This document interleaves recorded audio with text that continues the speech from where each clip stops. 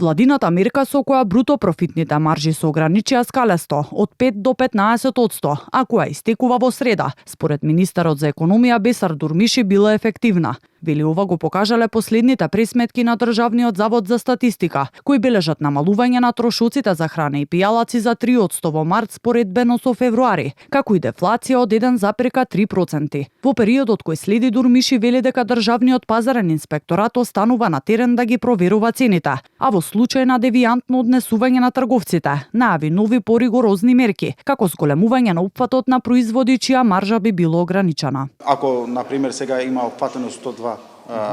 групи на основни прехранбени производи и непрехранбени производи, тоа значи дека ќе ги опфатиме уште повеќе групи каде што скоро све ќе фатиме на таа на тоа одлука или на таа мерка што ќе донесеме, ќе ги фатиме сите, скоро сите производи што ги имаат во ланци или по ограничување на маржите на сите тие производи, или ќе биде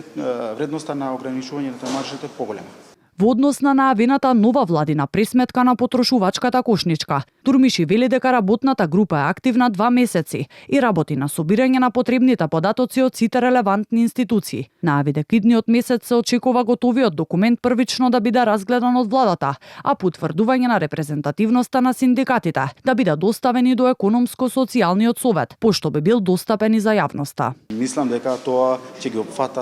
ги опфати сите граѓани, каде што ќе биде точно прецизирано кои производи во кој временски период се потрошат, ќе биде прецизирано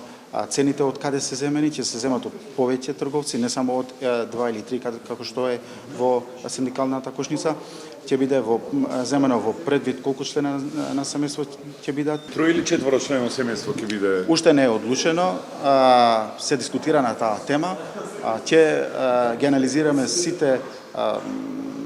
податоци што ги имаме. Дурмиши се обрати на настан по повод одбележување на Светскиот ден на безбедност и здравје при работа, на кој меѓу другите присуствуваше и председателот на Сојузот на синдикати Слободан Трендафилов, но изјава за медиумите најави за утре.